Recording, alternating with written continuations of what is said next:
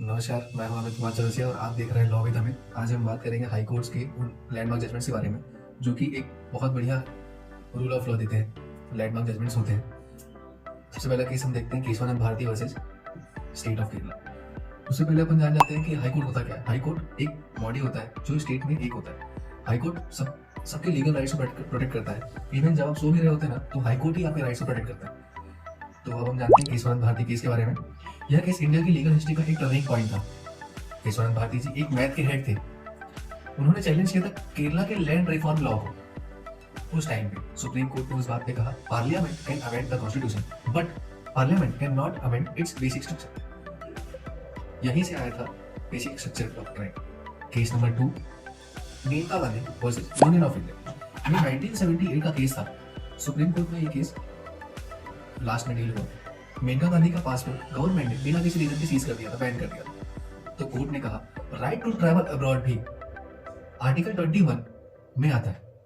बिना किसी reasonable principal के किसी का भी आप पासपोर्ट सीज नहीं करते और कर सकते, और मूवमेंट और पर्सनल लिबर्टी का आप मिसयूज नहीं कर सकते। मतलब कि राइट्स सर्वोच्च है, अधिकार जो है वो सर्वोच्च है।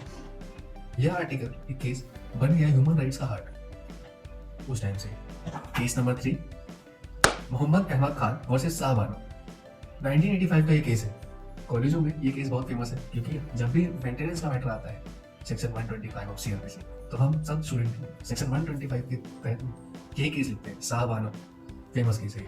सुप्रीम कोर्ट ऑफ इंडिया में ये केस डील हुआ था। यह केस वुमेन राइट्स के लिए एक माइलस्टोन था। शाह बानो एक डिवोर्स्ड मुस्लिम वुमेन थी। उन्होंने मेंटेनेंस की मांग की थी अपने हस्बैंड से। तो सुप्रीम कोर्ट ने कहा सेक्शन 125 ऑफ सीआरपीसी सब रिलीजन पर इक्वली अप्लाई होता है, यानी वुमेन के राइट को लिव विद डिग्निटी सबसे ऊपर रखा है। इस केस में यूनिफॉर्म सिविल कोड पर नेशनल डिबेट शुरू कर दी। Case number 4, Vishakha versus state of Rajasthan. 1997 का ये case supreme court of India में ये केस डील हुआ लास्ट में। एक एनजीओ विशाखा ने केस फाइल किया था एक work place sexual assault case के बाद।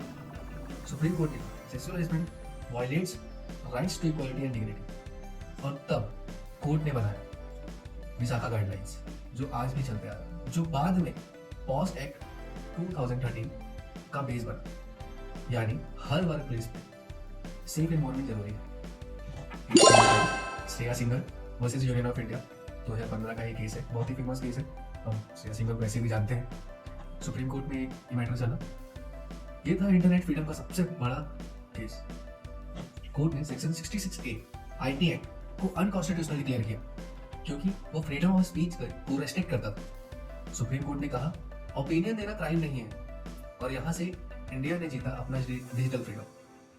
सो दोस्तों, ये थे टॉप 5 लैंडमार्क जजमेंट्स जिनसे इंडिया का कॉन्स्टिट्यूशन और राइट्स दोनों मजबूत हुए।